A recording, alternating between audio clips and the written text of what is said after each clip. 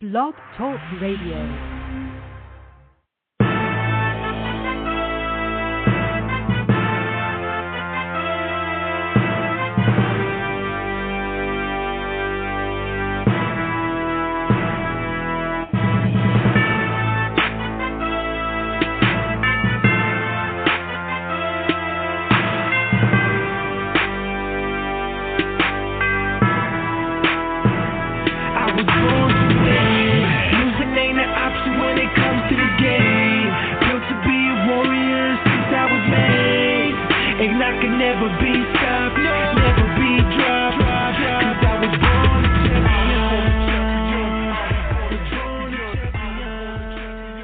Welcome back to Real Combat Media Boxing Radio, episode 42. I'm your host, Christy Rosario, here in Los Angeles.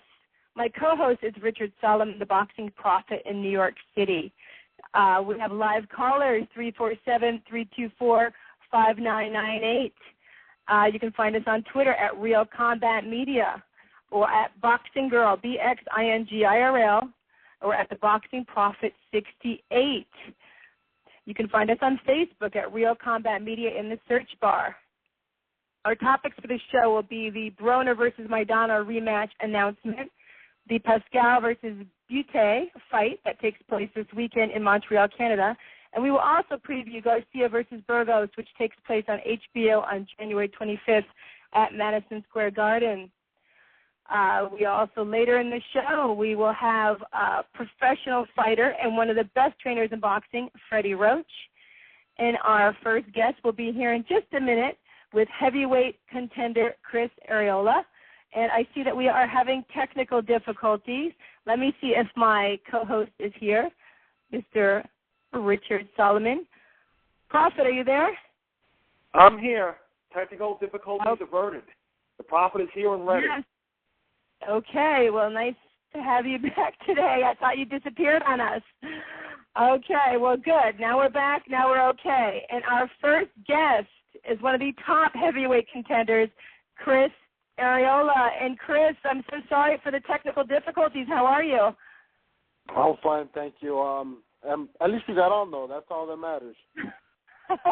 Yeah, it was quite bizarre. I don't know what happened, but thank you for calling back, and we're happy to have you on Real Combat Media Boxing Radio.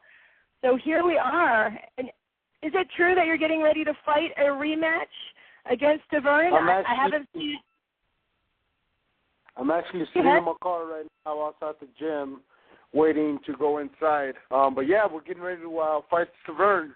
That's what we're hearing, and that's what's going to happen for the WBC World Heavyweight title. So we're excited about that. That's exciting. I know I've been looking for it to be finalized, you know, like the ink on the paper, but that hasn't happened yet. You haven't signed the contract? No, I haven't heard anything yet.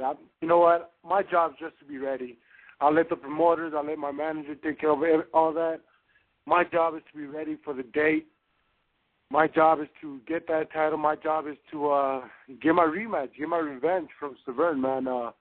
Last fight, he gave me a pretty nice ass whooping, and it's time for me to return the favor. Yeah, well, you know what? At least you come forward and you say it like it is. That's what I like about you. Now, how's your nose? It was your nose that got broken the last fight, wasn't it? Yeah, it's hard to say, but it was broken into 4 pieces. It was he shattered it, man. He did quite a number on that nose. I didn't know it had so many bones, but I guess. Well, you know what? You have a good sense of humor, at least, about it all. But, you know, I know that you're going to get the rematch. And now what adjustments are you making now in the gym to come back with Stiverne?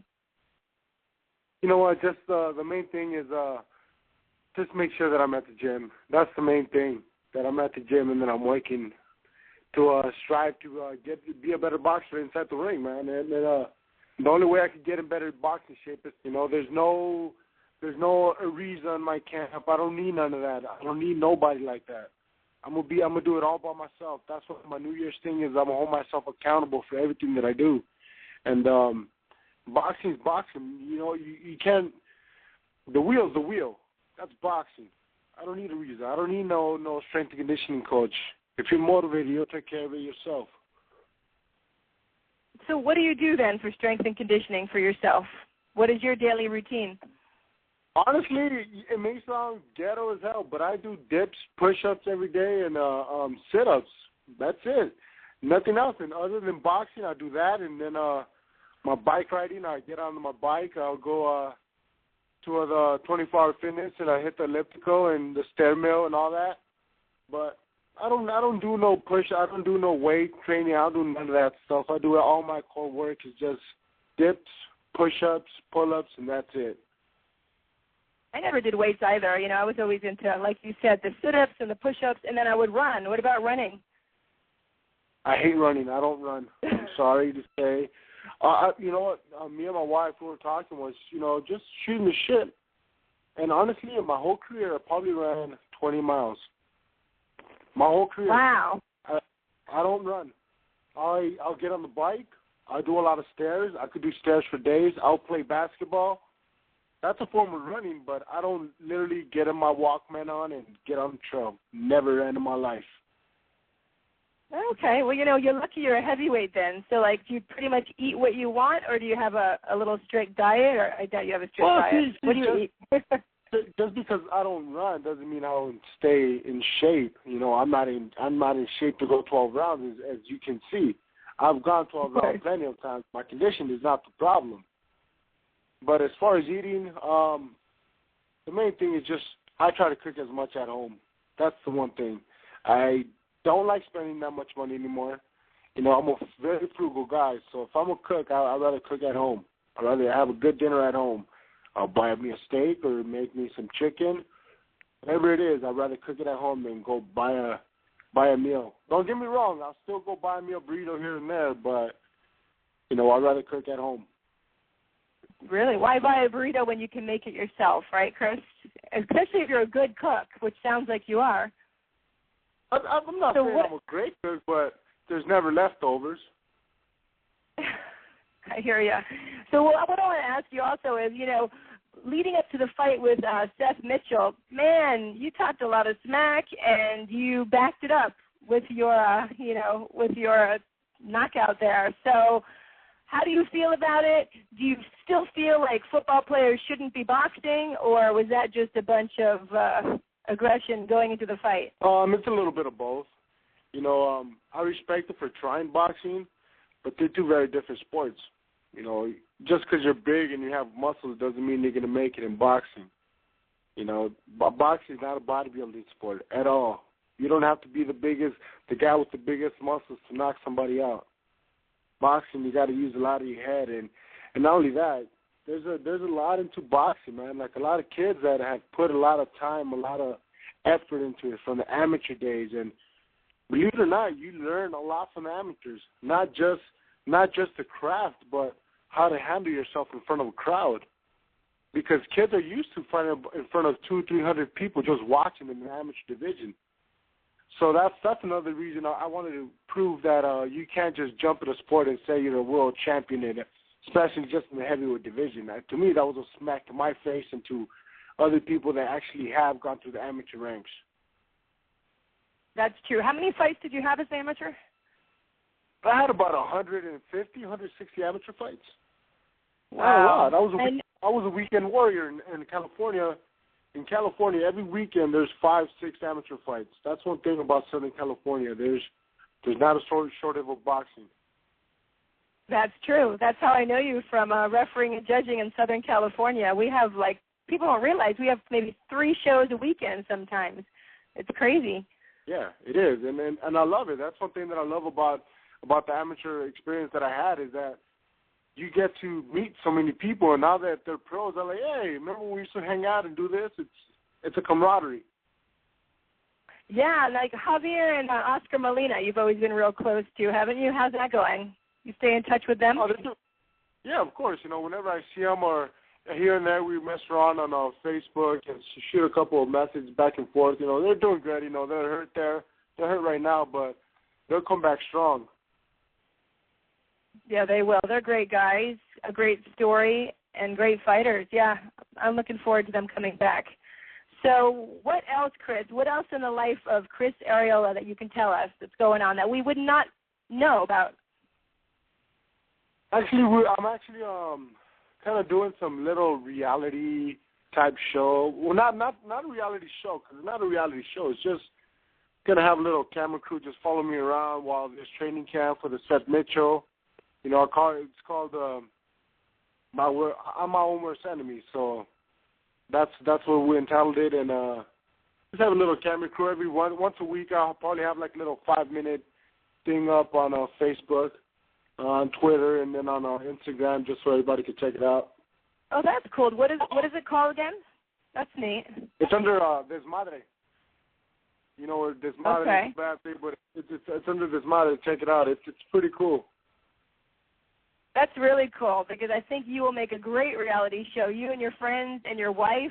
I think your wife is very interesting to listen to when she talks about you and fighting. And wasn't it with Klitschko that she was just so mad that they didn't let you continue? Yeah, well, you know, that's why the wife stays behind the ropes. You know, I love my wife. I adore my wife. But, you know, whatever she says, I just let her just brush off my shoulders. You know, that's one thing that you learn of being married. You just said, oh, yes, whatever you say. You know. You're a smart man. You're smart. But it's funny because, you know, a lot of wives will be like freaked out, you know, okay, yeah, stop the fight. And she was so angry that they retired you. I mean, I thought that was pretty cool that she's that behind you in boxing. Oh, she has my back 100. That's one thing that I adore about her. You know, regardless about anything and everything, she always has my back, and that's something that you need. Definitely. You definitely need a good support system. And then you have your friends. I mean, this is going to be a great reality show, because just listening to you and then your little friend, is it Ramirez, his name? And he pops in and he talks, and is that him? Yeah, we got a Henry Ramirez. We got a Philip Anthony Avila. We got him the scumbag. No, we're just an eclectic characters. And the thing about me, man, I'm me. I'm not gonna change for nobody. You know, I've been there, I've done it, and I'm not gonna do it again. You know what I mean? No, I do. You know, and I'll listen to your interviews, and you say what you think. I know Jim Gray gets very offended when he interviews you, but you know, you say how you feel, and you're a straight shooter. That's what counts.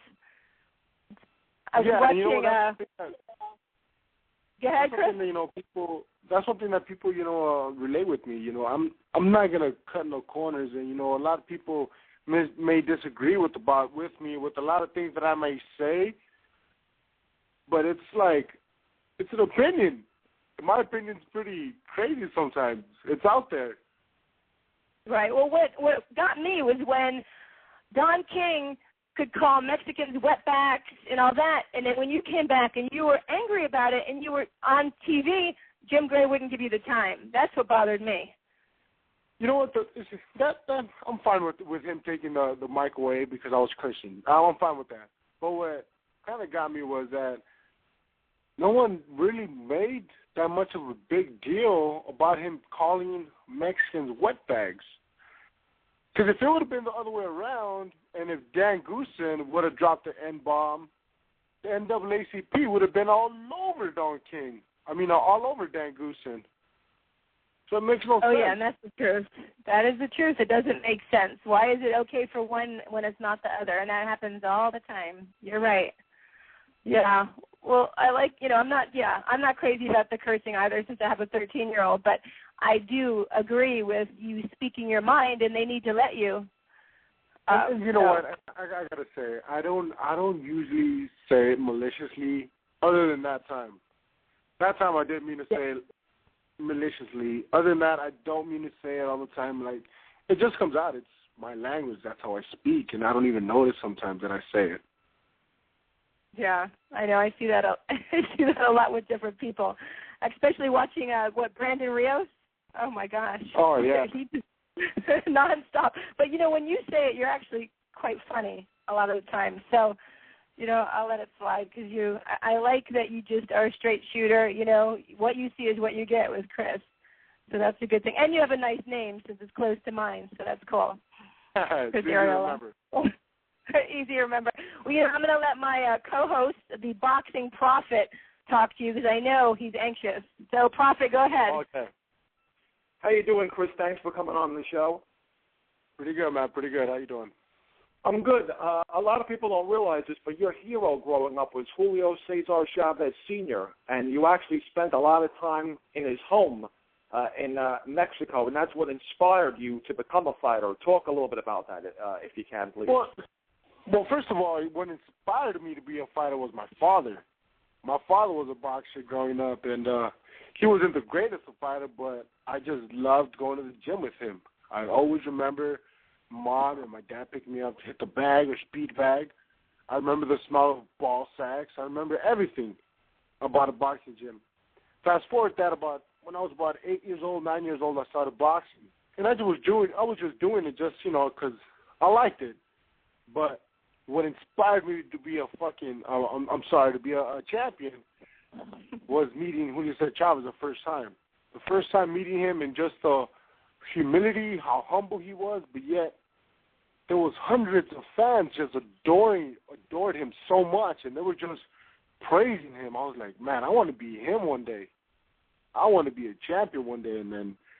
And then he used to do that all the time. He used to do those little tours in Southern California. He used to go to Azteca Boxing Club, Huntington Park Boxing Club, Resurrection, or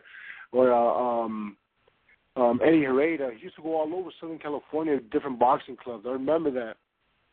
And finally one day, I remember Resurrection. I remember Resurrection, Chris. That was Oscar De La Hoya's gym. That was a nice place. Actually, it was owned before him by somebody else, by the city, I believe. That's where I used to train, and back in the days, that's where they made the first Rocky and Rocky number 5, I believe. Oh, very cool. Look at you, the historian, you and the prophet. Oh, no, I just like Rocky. It's one of my favorite movies. I love that. Yeah, happens to be my favorite movie of all time, Chris. But getting back to your professional career, you had the impressive wins coming up over Chaz Witherspoon and Travis Walker and Jameel McCline. But it seemed every time you were elevated in a relevant fight against a top 5 or a top 10 guy, weight seemed to be your biggest factor, especially in your losses to Adamek and Klitschko. You even admitted that before the Adamek fight, you walked around as heavy as 280, and before the Klitschko fight, you walked around as heavy as 295. What is your weight? Or what is your maximum weight going into the Stiverne rematch where you'll most feel comfortable fighting at? 42. Say that that again? Is the max. The max I can see myself is at 242. And what would the lightest be? And the lightest is 37. So I'm giving myself a 5-pound, weight right there, 5 pounds right there. Right now I'm walking around at 55. So making 45, 40 is not a problem, because anybody that's a boxer knows how to sweat out 10, 5 pounds. But I want to do it the right way. I want to be a solid 42 where with the day of the weigh-in I can have breakfast. That's the kind of 42 I mean. I don't mean a drained down 42 or a drained down 37 or whatever it is. I want to be a solid 42. Sounds good to me. And what excites me about you and most boxing fans is that you're a very crowd-pleasing fighter. You always come forward and you look to lure everyone into a street fight. Stiverne in your first matchup showed a great jab, busted your nose, used some movement. How do you hope to negate that in your rematch with him? I want to make sure that I cut off the ring. Good lateral movement. That's one of the main things, is a lot of leg work. Even though I don't run, I do work my legs a lot. And doing those stairs, get on that stair mill, oh, my God, that kills. Get on it 15, 20 minutes, that kills your legs, I'm telling you. So I got to make sure I get on that 30, 40 minutes a day so I have the legs to cut off the ring on this guy. I got to give him angles. I got to come from everywhere. I can't just come straight forward. And like Henry says always, work behind a jab. And sometimes, especially the last time I fought him, I couldn't throw a jab because I was too scared of him countering and busting my nose up more. Christy had mentioned earlier, the tasteless remarks by Don King. It was also brought to my attention that Stiverne was ready to file a lawsuit against Don King before his fight with Ray Austin, who was promoted by Don King. King wanted Stiverne to exclusively fight for him. and Stiverne had reservations about doing that. And later, Stiverne dropped the lawsuit against Don King, and now seems to be content with him. Do you think that you need a knockout in order to beat Stiverne? In other words, if it goes to a decision, the powers that be might rob you. Do you think that you may have to knock out Stiverne and take the fight out of the judge's hands, so to speak, because you and Don King don't have the best relationship in the world? No, man, no. You know what? I'm not the kind of guy that believes in all those conspiracy theories and all that stuff or robberies. You know, if it happens, you know, it sucks. Does it happen in boxing? It happens a lot, and it sucks. My job is to beat the shit out of Stiverne. You know, my job is in there to beat him to a pulp. You know, not to kill him, man. I want to beat the man. I want to beat him. I want to make sure to take the fight out of the judge's hands. I don't like the judges. You know, my respect is to every one judge because they get criticized like a mother, and I'm not trying to give them no room to get criticized. So I want to take it out of their hands. Just like Stiverne wants to take it out of their hands, I'm taking it out of their hands. I'm not going to let that happen. This is a heavyweight fight, man. There's no reason two big-ass men beating the crap out of each other for 12 rounds, one should be standing. In the heavyweight division, there's no reason one should be standing at the end of the bell. I agree with you, and that's what makes you a crowd-pleasing fighter. You know, the last American heavyweight champion we had was back in 2007 when Shannon Briggs won a belt, and before that you had Chris Bird in 2006. John Ruiz back in 2005 beat Evander Holyfield, made history, becoming the first heavyweight champion of Latino descent. If you were to win the heavyweight championship of the world, you would become the first ever heavyweight champion of Mexican descent. Tell me how important that is to you and your people. First of all, it's very important to bring it back to the United States, period. This is where it belongs. Heavyweight title belongs to the United States, the mainstream, right here in America. And I want to bring it back to where I was born. I am a proud American, just like I'm proud Mexican. You know, my dad came to the United States to have a better life. And whenever he had kids, to give them a better life. So did my mom. And you know what, dude? I'm proud to be an American. That being said, man, can you imagine just being a Mexican heavyweight champion? I'm proud as hell to have that Mexican blood running through my veins. I guess that's what gives me the motivation to fight on, through broken nose, through everything. It's my Mexican blood. It's what we call sangre caliente. We're hot-blooded, man. We can't stop, won't stop. You know, I don't know if people, I'm sure a lot of people don't like cockfights. I enjoy cockfights. I watch them, and those animals have something in them that you could see in boxers, on real boxers, on true boxers that just go in there to beat the crap out of each other, the skills. And that's why I'm proud of my heritage. I'm proud of my blood. And it's going to be an honor. It's going to be pandemonium in Mexico. You know, it's interesting, Chris, that you that's interesting because you equate cockfighting, the roosters, to boxing. Because, you know, have you ever spoke to Roy Jones Jr.? We just had him on. He kind of seems to have the same philosophy. You know what? No, but I remember watching like a lot of those HBO things that he used to do. And he had like a lot of cockfights and stuff, a lot of roosters. And I remember that. That's one thing that I do remember about him. But I never spoke to him about that. I never spoke to him really. Yeah, he was very interesting. We had him on last week. And you two would have a lot to talk about because he raised these, he calls them chickens, so I'm not quite sure if they're roosters or chickens, but he raised them, and then now it's illegal in the United States, but he, in the past, would have them fight. And same as you, equated them to watching them fight like boxers. That's interesting. Yeah, you know what? There's actually one cockfight that I was watching that I watch a lot, actually. It's kind of morbid of me, but this rooster was losing. He was getting pummeled. This rooster looked done. Then all of a sudden, out of nowhere, this rooster got strength out of nowhere, just beat the other rooster. That's boxing for you. One punch. Wild. One punch away from champion. Yeah, and I don't want to ask you where you watch it since it's illegal in the United States now. So We don't want to have another. On Facebook. Oh, okay. Yeah, Facebook, you can see anything. So, Prophet, I'm sorry, I interrupted you. Go ahead. No problem, and of course, Christy and I are gonna, root for you, Chris. But like you said, we really do need an American heavyweight champion again. You fought Vitaly Klitschko, and a lot of people argue who the better Klitschko is, Vitaly, Vladimir. Even though you've never been in the ring against Vladimir, how would you assess both Klitschko brothers? Let me ask you, how do you assess them?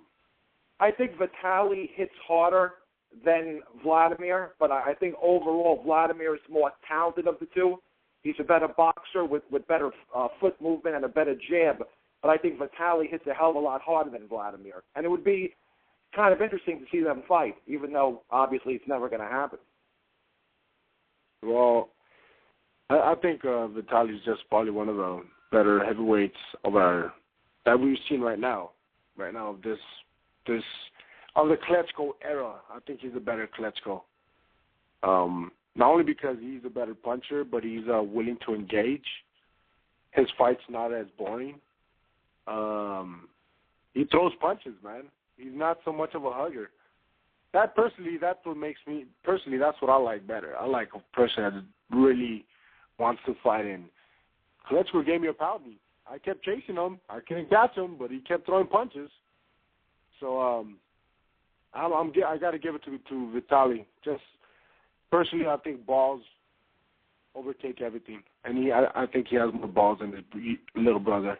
Honestly, absolutely. Yeah, I agree, and he has the better chin. He did go to war with you and Lennox Lewis, and I was very disenchanted with Vladimir's performance against Povetkin. Just throwing him down to the canvas. I don't know how they rule that knockdown, but that's another story for another day. But what I also like most about you, besides being a crowd-pleasing fighter and the fact that you will bring the heavyweight title back to America one day soon, is your post-fight interviews. The way you insulted Don King, and rightly so, because Don King has committed a lot of atrocities. In boxing, we could devote a whole show based on what Don King has done with his, crookedness and stuff of that nature. He's also done great things for the sport, but, it's very easy to get mad at Don King. But you were quoted in one post-fight interview as saying that European heavyweights, and I quote, are pussies. Were you referring to any specific heavyweight? Were you calling out maybe a David Price or a Tyson Fury? Or what Tyson Fury? What did you mean by that remark? It kind of made me chuckle a little bit. You know what? I don't even remember when that was. But you know what? I think there's a lot of them that just talk. But then you could say the same about a lot of it. Well, not really, because Price, to me, talks a lot. And he just got shut the fuck up by Thompson, who's pretty old, And I just think they should just beat the crap out of each other, and then one of them will fight one of us. Just settle a battle of the seas.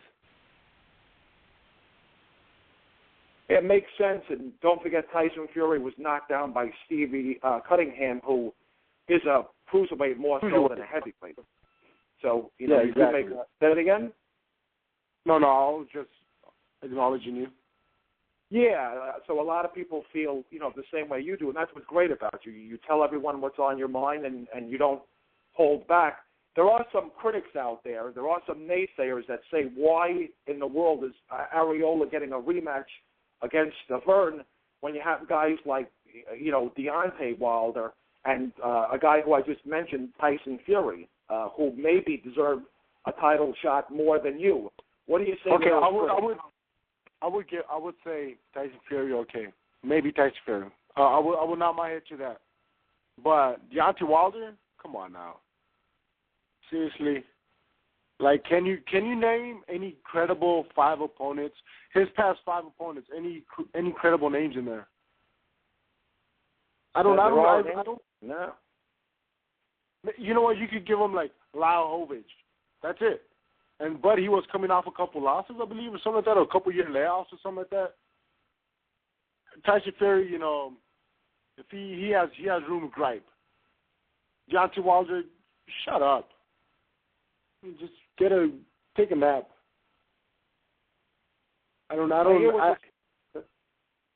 Go ahead. I'm sorry. No, go ahead. Continue. No, I was done. Yeah, to me, he doesn't have the resume that you have. So, assuming you do beat Stiverne and you're the heavyweight champion of the world, you would obviously welcome an all-American showdown with you and Deontay Wilder, I would assume. You know what?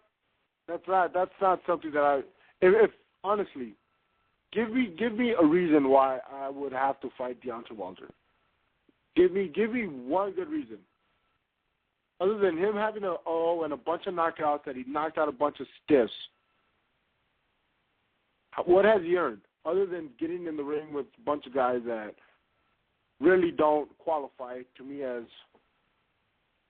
top-tier boxers. Yeah, the only thing I can think of. Seth Mitchell at least beat Jonathan Banks. That's a credible name. That's a pretty big name, bigger name than anybody that Deontay Wilder has fought. And I know he's gonna go out there and talk, yap, and say a bunch of shit, but fight someone. I agree with you wholeheartedly. You know, Woodley Harrison was kind of a shot fighter when Deontay Wilder beat him, but, you know, he is a bronze medalist in the Olympic Games. He had the hype coming out of the Olympics, and, you know, just it's refreshing to have two Americans going at it. We haven't seen that in a while with the two-headed monster that, you know, are the Klitschko brothers. But, you know, I do wish you the best of luck if the fight with Stiverne materializes, and, you know, it's a great story. You know, if you win it for America and the Mexican people, and I wish you nothing but the best of luck. You're one of my favorite heavyweights easily, because, you know, you're exciting and you always say what's on your mind, and I'll throw it back to Christy, and I thank you very much for coming on. It was an honor to interview you. Thank you. I appreciate your interview, and I'm sitting out here outside the gym, so I'm about to get up in here also. Hold on, don't leave. I know you have to go. I just want to ask you one question, because I know I would be remiss, since you and I were kind of involved. I was reading your dialogue on Facebook. I just have to ask you, in the Women's Archive Network, I guess you mentioned something about not wanting to ever see women fight each other. Is that correct? What started that whole little feud going on? Okay. First of all, I was venting after I watched the video of Kalisha West venting about her having to be a main event, and Floyd Mayweather throwing money, and I deserve this money, and I was pretty outraged. And I was so blown away by her and her attitude and her arrogance, and how she deserves this and that because she's a woman, she should be deserved this. Anyways, long story short, what I said is I do not see women's boxing as a main event as a main event. Personally, I wouldn't watch it. I wouldn't get out of my way and be like, holy Jesus in heaven, here's Kalisha Weston's fighting main event on Showtime. I'm gonna make sure I TiVo that. Probably wouldn't. More than likely, I'm not gonna do that. If MMA fighters do it, that's fine. That's what they do. That's them. But personally, that's not what I like. Just like if Grindr was playing and LeBron was playing, I would rather watch LeBron play. So you were just pretty much that's all I mean. Stating your opinion. You were pretty much just stating your opinion. Yeah, I know. It kind of got out of control on there with the comments back and forth. Now, it seemed, though, that, you know, you used to train with Juan West, and so is that the reason why it really got blown up, because of your past relationship with Juan and Kalisha? Or was it really about women's boxing? She blew it up, but you know what? I did train with him for the Golden Gloves, and that's it. And after that, I left them, and to this day, I hear people always tell me, man, Juan West is so bitter that you left him. He's still bitter. That he keeps telling people that I left him for Henry because Henry stole me and this and that, and that he started me. It's just a whole bunch of crap. I got you. Yeah, that I don't even.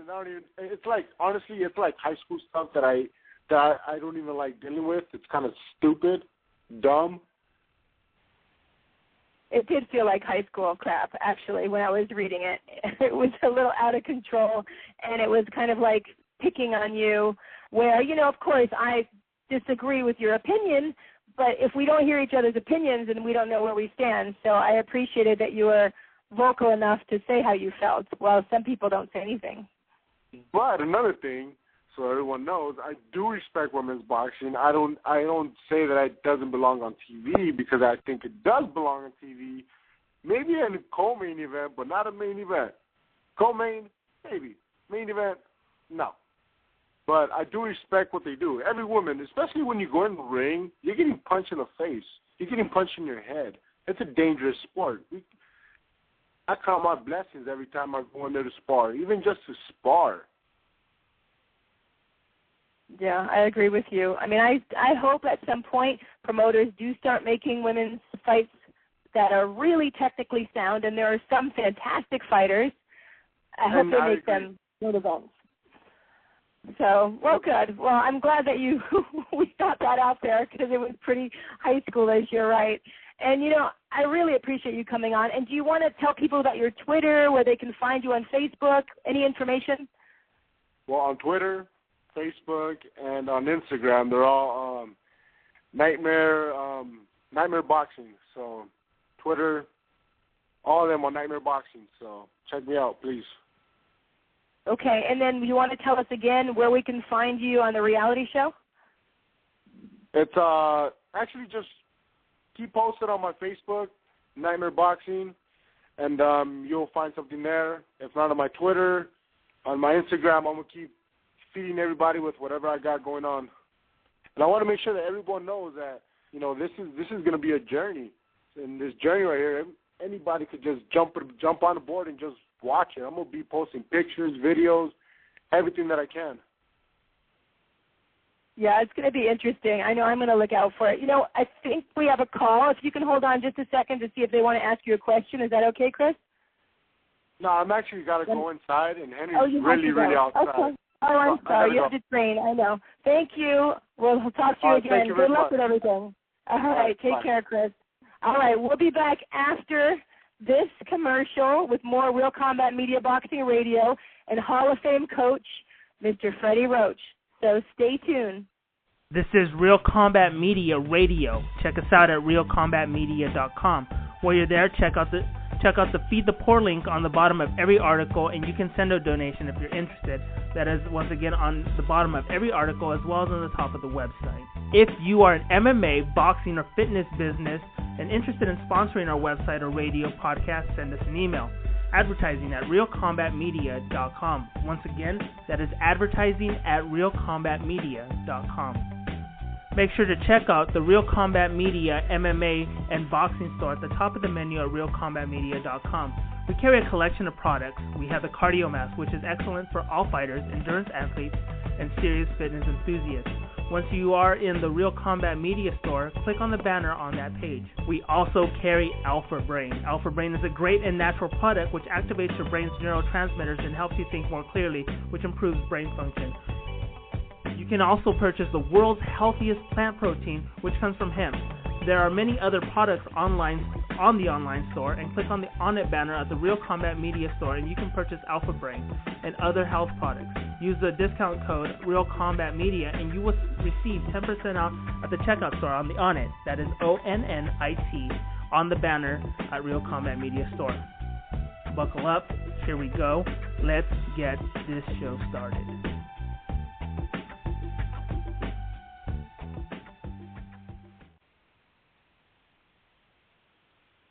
Welcome back to Real Combat Media, Boxing Radio episode number 42. This is the Boxing Prophet, Richard Solomon. While we await Christy trying to get Freddie Roach on the phone, just want to go over some of the up-and-coming fights that are coming up in the month of January. This coming weekend, January 18th, live on HBO, you have Jean Pascal against Lucien Boutte, and a fight that the Canadian fans are getting pumped up for.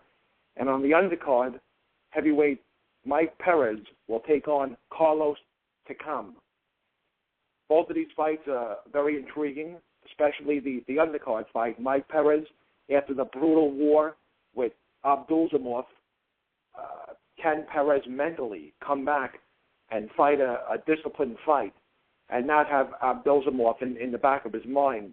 And Carlos Takam, after a loss early in his career, does hold victories over the likes of Michael Grant and former heavyweight champion of the world Francis Botha. So he's no slouch, and he's going to look to go to war with Mike Perez. And hopefully Perez is still mentally sound after his last fight. He should win relatively easy if he's the same Mike Perez that went to war in his last fight with Abdulzamov. But that's boxing for you. You never know mentally how Perez will handle this task. And the main event that night, Butte Pascal. Roy Jones came on the show last week, said he liked Pascal.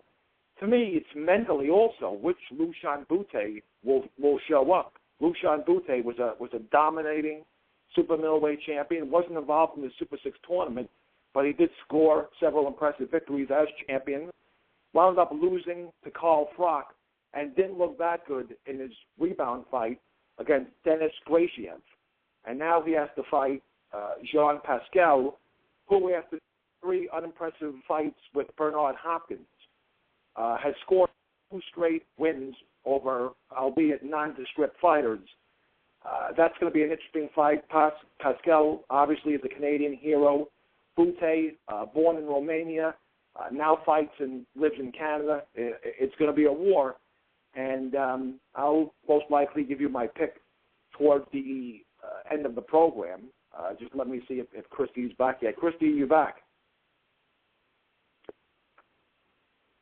Christy is not back yet, so I guess I'll give you my pick now. I think all things considered equal, if both bring their A game to the table, I like Lushan Butte. I think he's got more skill than Pascal.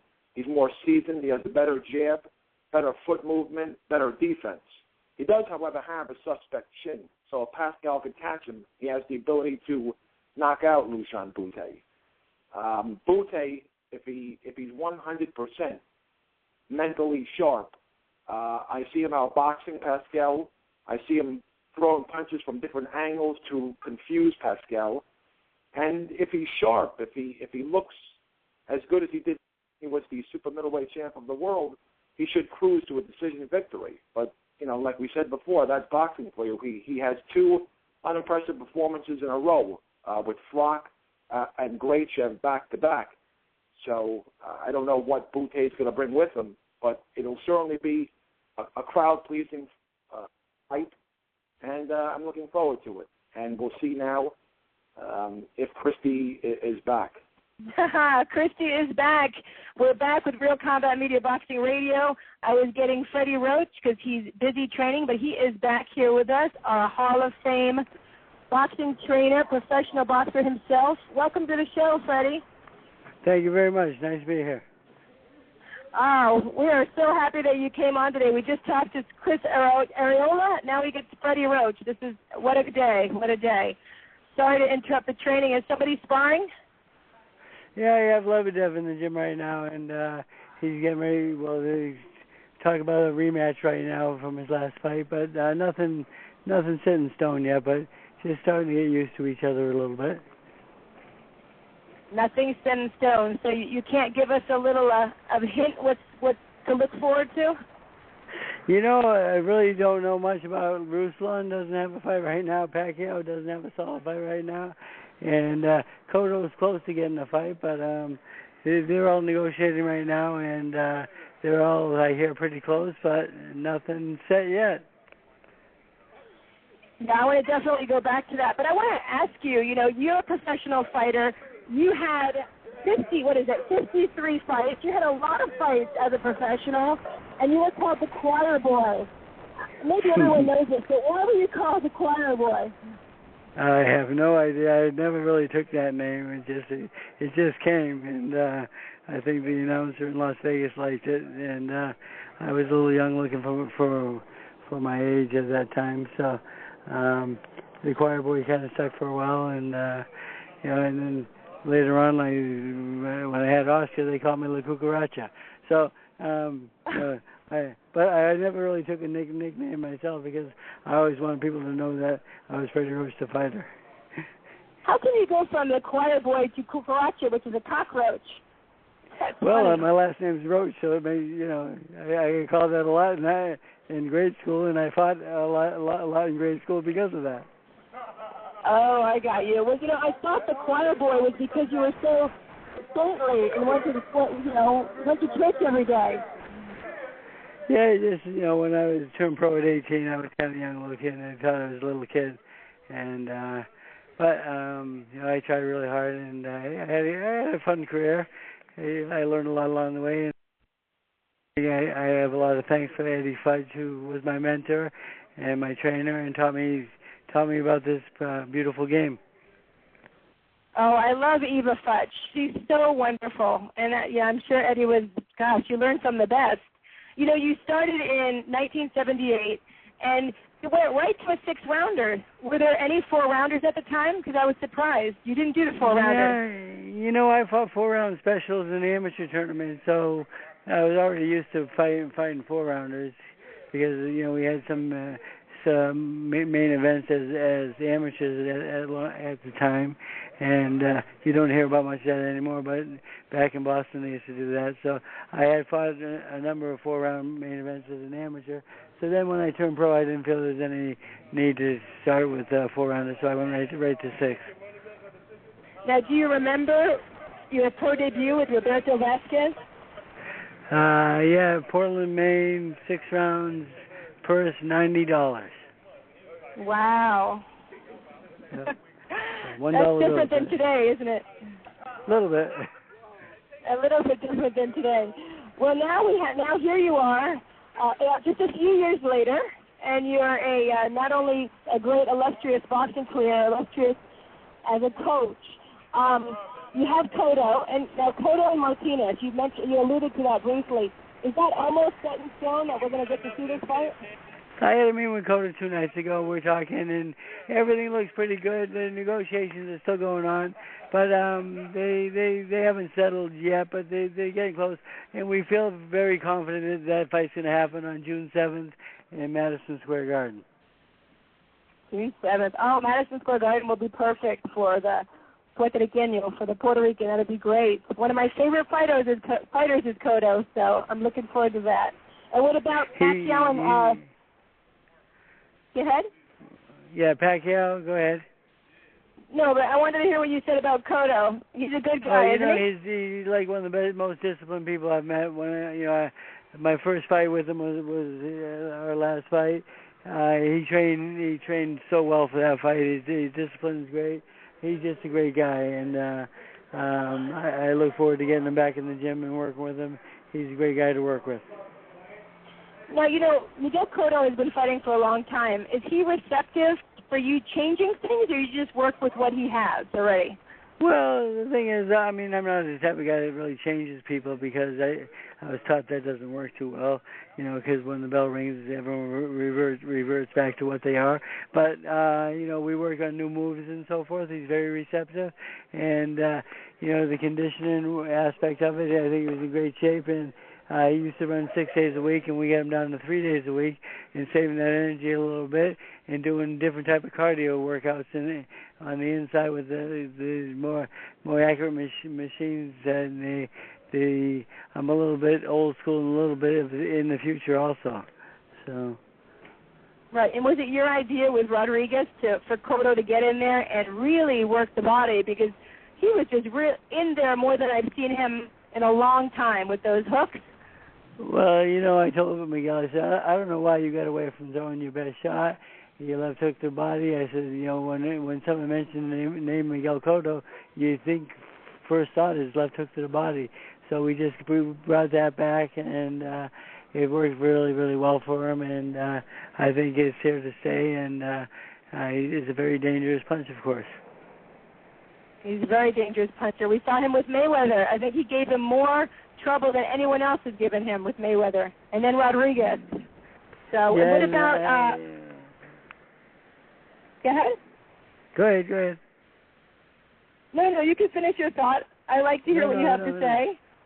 No, the thing is, if we win over Martinez, it puts us right in line for maybe a rematch with Mayweather, and we will beat him this time. Because Miguel told me if I was in this kind of shape when I fought Mayweather, I would have destroyed him. So I look forward to that. Oh, I look forward to that. I'm telling you, Cotto is my favorite. Well, one of my favorites, so that would be excellent to see. And now what's happening with the Pacquiao-Bradley rematch?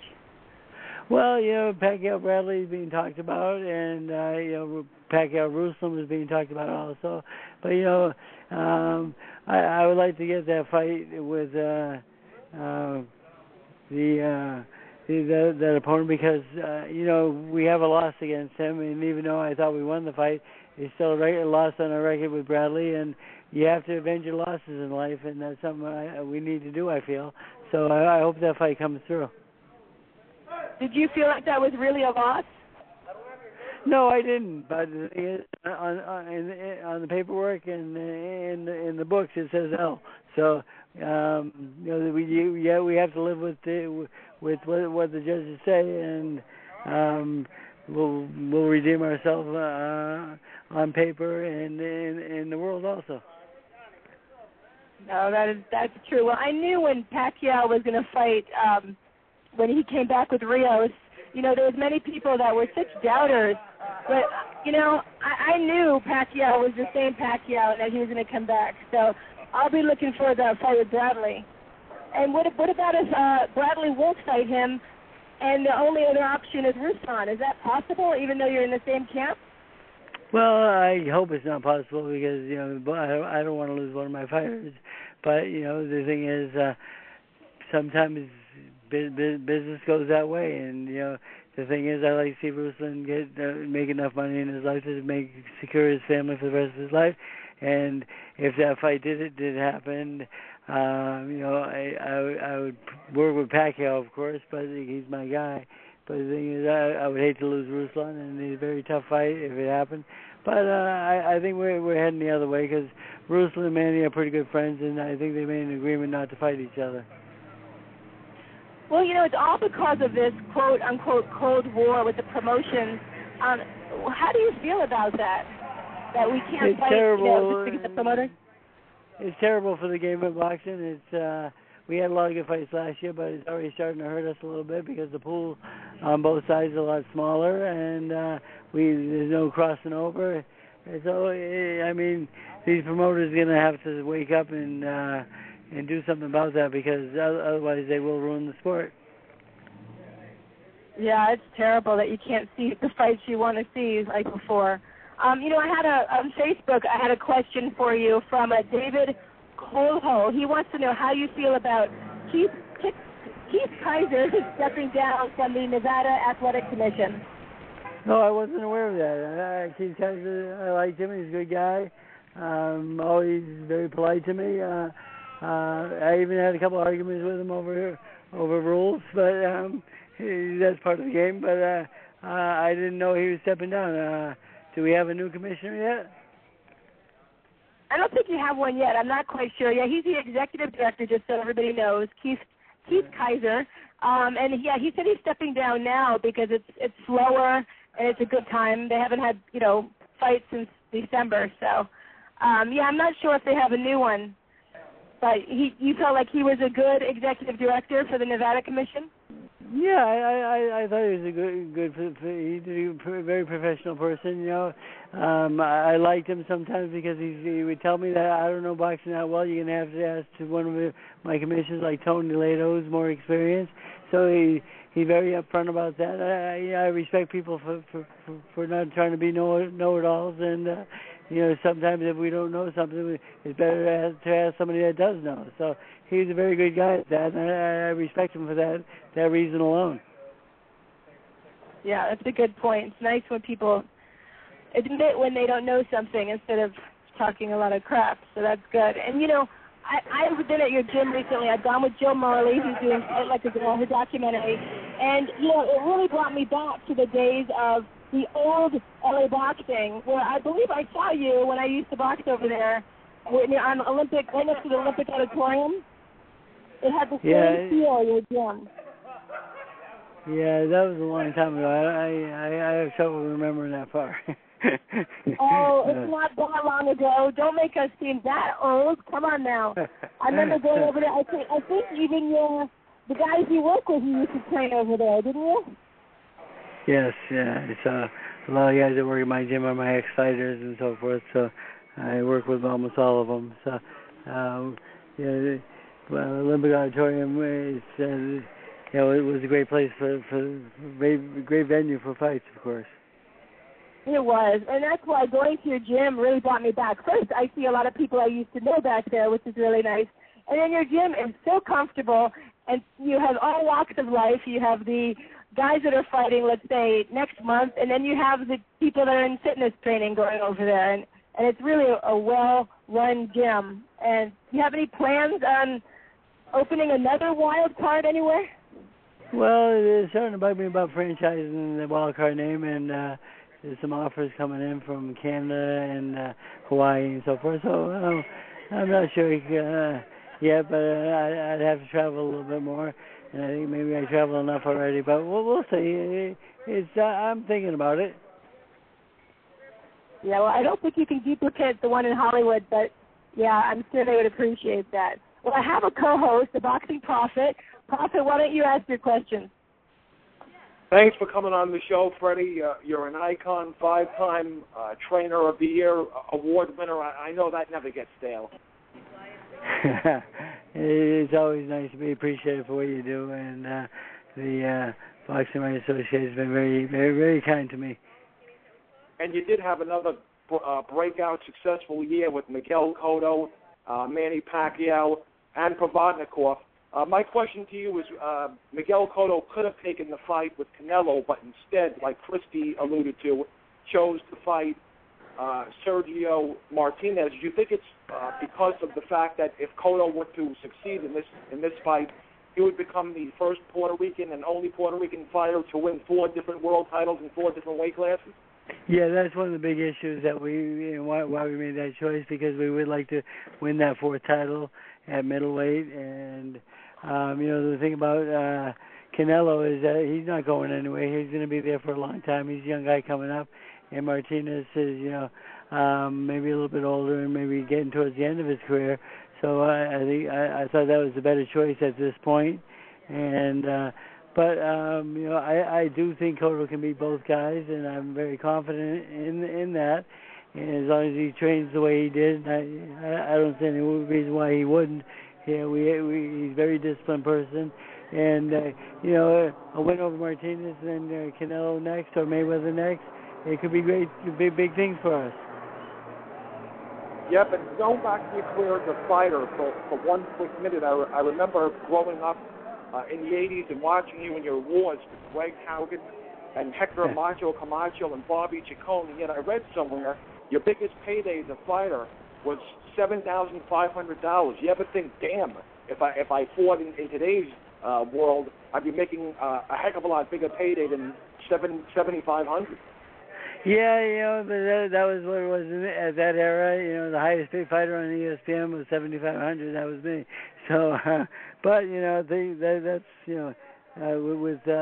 with the television market and the availability of fans, we live in a different world now, and and my good friend Manny Pacquiao takes really, really good care of me. So I don't really have to worry about that right now. So thanks to Manny Pacquiao and my other champions that have the 31 champions that I've trained along the way. It's been a great run, and of course Pacquiao is the biggest guy that I've had, because 8 world titles, and just came a long way from the day we met till now. Indeed, and every aspiring trainer who grows up in that business always looks up to the legendary and the late great Eddie Futch. And you were an unpaid assistant for Eddie Futch for, I believe, about 5 years, and that's how you learned pretty much all the nuances of the game. Tell us how remarkable and not only what a great trainer, but just expand on what a great human being Eddie Futch was. Yeah, Eddie was a great trainer and a great human being. He's like the best guy in boxing that I've ever met, and he taught me the ropes. He taught me a lot about being a trainer, and he taught me a lot about being a fighter. And just thanks, Eddie. I thank him for all my success. I mean, without him, I wouldn't be here. I know that. And to me, one of your best jobs or your best performances as a trainer actually came in a losing effort back in 2007 when Floyd Mayweather fought Oscar De La Hoya. I thought Mayweather would win rather easily, but thanks to you and your wonderful game plan for the first 6 rounds, Oscar was beating Floyd to the jab, was winning the fight, at least on my scorecard, 4 rounds to 2. And then for whatever reason, he stopped listening to you. Floyd dominated the last half of the fight and won by a split decision. What do you recall about that fight? Why did Oscar game plan? It's just very unusual because it was working so well for him, and we did have a good game plan. But Mayweather's pretty slick, and he made some little adjustments he got us to start following him instead of cutting the ring off, and the jab didn't work quite as well because we were a little bit behind him. But it was a great night, a very close fight, and that's why I'd like to face Mayweather one more time with Cotto or Pacquiao, especially Pacquiao, though, because I think I have a good game plan of how to beat Mayweather. But obviously it would be very difficult because he is a great fighter. And speaking about Floyd Mayweather, social media is running overtime now. All rumors are running rampant that Timothy Bradley might have priced himself out of the rematch with Pacquiao, and it seems that Floyd and Manny are both running out of opponents to fight. There were rumors that Floyd may face either Madonna or Amir Khan next. Pacquiao, obviously Bradley or Pavanikov, we don't know. But it seems to me that, I know we've been saying this for 3 or 4 years, but the fight eventually has to happen. Don't you think that somewhere down the line, cooler heads will prevail, and despite this quote-unquote Cold War, Manny and Floyd will both man up and do what's right for the sport and fight each other? I do think that is going to happen. I'm optimistic about that. I wish it would have happened already, of course, but the thing is, I know Mayweather has like 4 fights left in his contract with Showtime, and there's not 4 guys out there unless you fight Manny Pacquiao to go with. So I think they're going to have to fight each other, and it'll go down as one of the biggest fights in history. I feel. I think there's a lot of interest still, but as time goes by, people are getting disinterested in that fight because they're just disappointed that it's not happening. So. On our end, we're trying everything possible to make it happen, and I'm optimistic about it. I think it has to happen before, because every big fight that's been made before has been made sooner or later, and I feel there's no difference in this one. It will happen soon.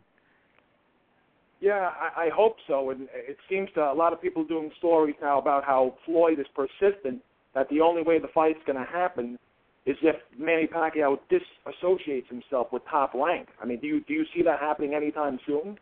Well, Bob's doing this for a long time, and between the two, I know Todd has a little bit of a relationship with Heyman and Golden Boy, so I mean they can negotiate the fight. I feel Bob may not want to, but I think his son does have some type of relationship with those people, from what I hear.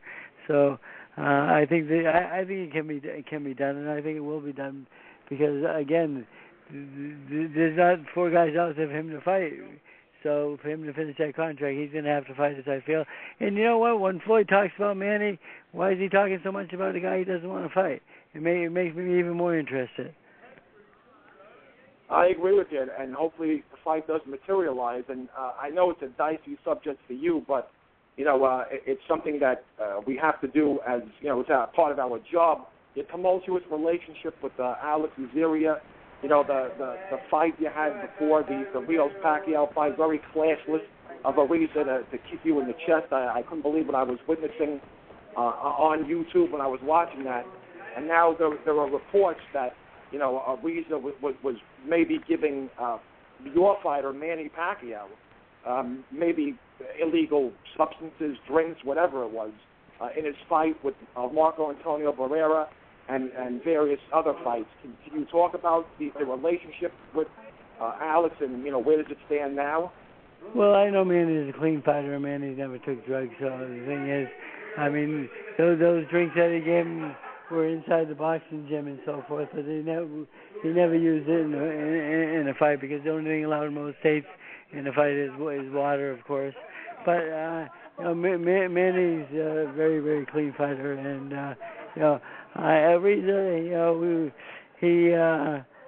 think he's classless, and he's making fun of my Parkinson's and so forth. He's kind of maybe jealous that he's not with us anymore, and hopefully he's at a better place now. But the thing is, I talked to Garcia after the fight. He apologized and wished it never happened. We talked. So I have nothing against Robert Garcia and the fighter Rios. Brendan apologized, and I did vice versa to him. But, Ariza never said nothing. But he's just a miserable guy. And, you just look at his past record. He's been fired by 7 different people with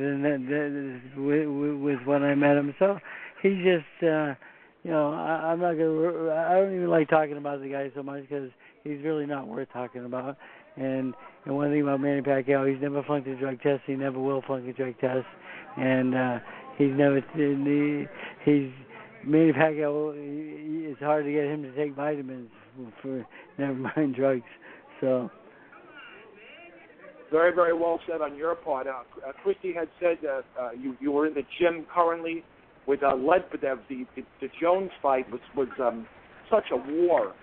Is there any chance that we might see them go at it again?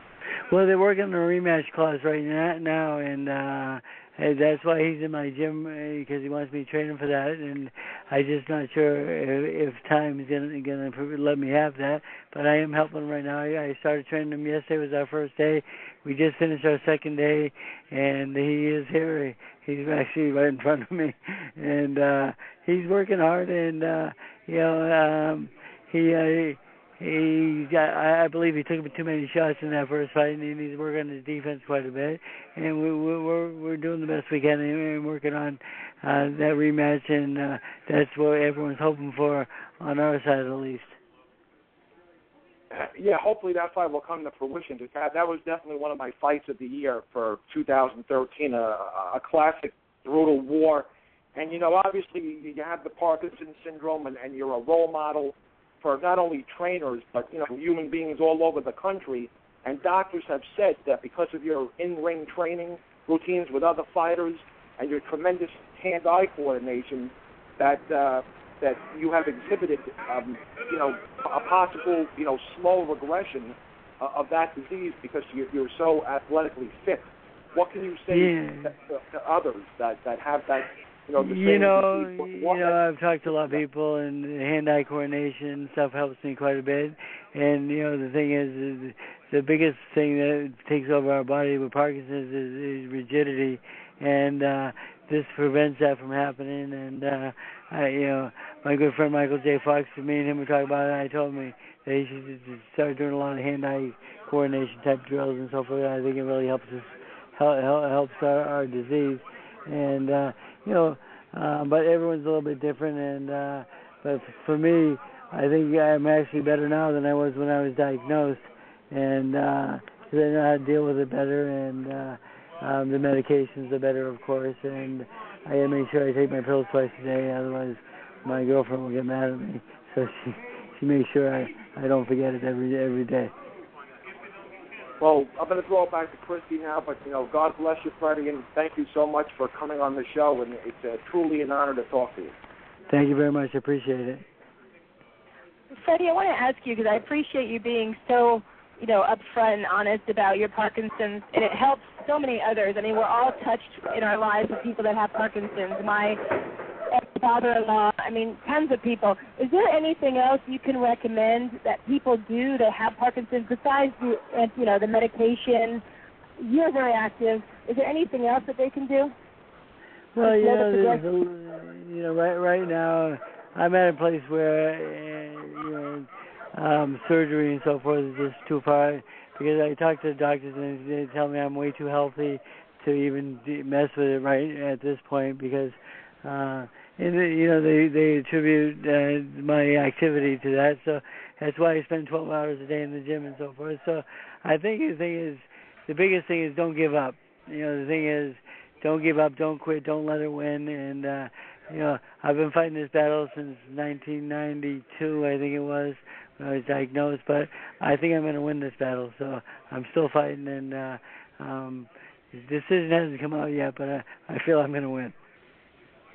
You are definitely winning the battle. So there is an option, though. Someday, if you get worse, hopefully you don't, there's an option for surgery. Yeah, stem cells is having quite a big success, especially in Germany and so forth.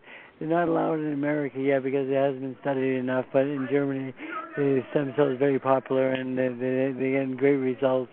People walking in shaking real bad and so forth, and coming out walking pretty normal and so forth. So, but sometimes the body does reject the stem cells, so it's not perfect yet because when they put it in, they can't control where it goes yet.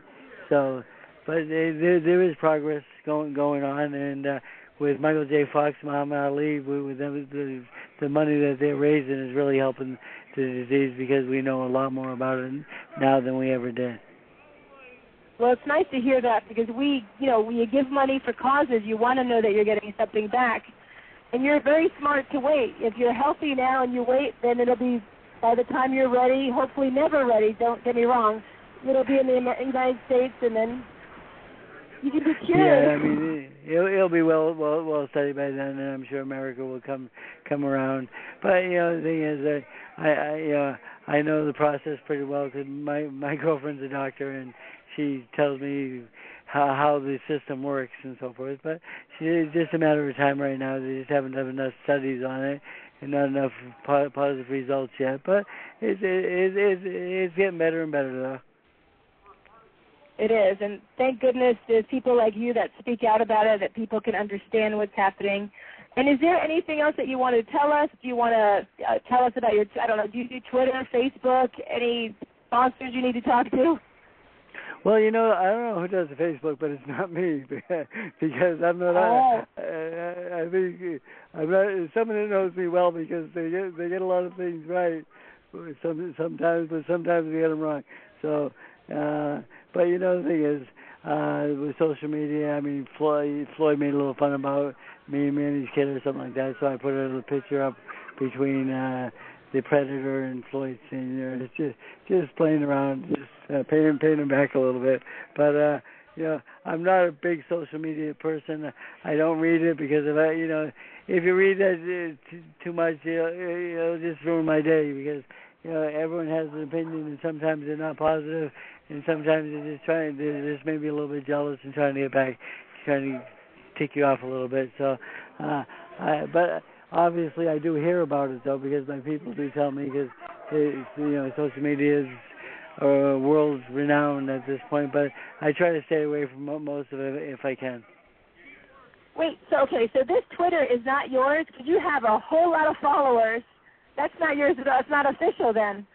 No, Twitter is mine. Yeah, but Facebook, no.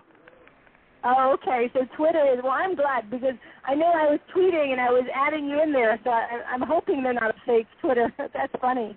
Okay, so Facebook is fake and Twitter is real. I do have help with Twitter though, because they do call me up and ask me verbally, and I tell them I'll tell them what to say at times. The thing is, I don't actually type it in myself because it would take me it would take me all day. I'm not very good with the typing aspect of life or a computer. You know what? I have a computer at home and I haven't opened it in over a year. So. Oh my gosh. I know, and these days you need, so thank goodness you have someone doing it for you. I wish I had someone doing it for me. It's much easier that way.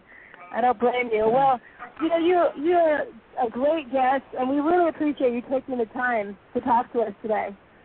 Thank you very much. Appreciate it. It's been a lot of fun, and hopefully we'll be on again soon, okay? I hope so. If you don't mind, I'm going to come back, and I'm going to visit you at Wild Card again. Cool. Okay, we'll see you soon. Take care. Thanks for being on the show. Bye-bye. We'll be right back with more Real Combat Media Boxing Radio. This is Real Combat Media Radio. Check us out at realcombatmedia.com. While you're there, check out the Feed the Poor link on the bottom of every article, and you can send a donation if you're interested. That is, once again, on the bottom of every article as well as on the top of the website. If you are an MMA, boxing, or fitness business and interested in sponsoring our website or radio podcast, send us an email. Advertising at realcombatmedia.com. Once again, that is advertising at realcombatmedia.com. Make sure to check out the Real Combat Media MMA and boxing store at the top of the menu at realcombatmedia.com. We carry a collection of products. We have the Cardio Mask, which is excellent for all fighters, endurance athletes, and serious fitness enthusiasts. Once you are in the Real Combat Media store, click on the banner on that page. We also carry Alpha Brain. Alpha Brain is a great and natural product which activates your brain's neurotransmitters and helps you think more clearly, which improves brain function. You can also purchase the world's healthiest plant protein, which comes from hemp. There are many other products online on the online store, and click on the On It banner at the Real Combat Media store, and you can purchase Alpha Brain and other health products. Use the discount code Real Combat Media, and you will receive 10% off at the checkout store on the On It. That is ONNIT on the banner at Real Combat Media store. Buckle up. Here we go. Let's get this show started. Welcome back to Real Combat Media Boxing Radio. This is episode 42. I'm your host, Christy Rosario, here in Los Angeles. My co-host is Richard Solomon, the Boxing Prophet in New York City. Live callers, 347-324-5998. You can Twitter us at Real Combat Media, or my Twitter is at Boxing Girl, BXINGIRL, or the Prophet is at Boxing Prophet 68. Find us on Facebook at Real Combat Media in the search bar.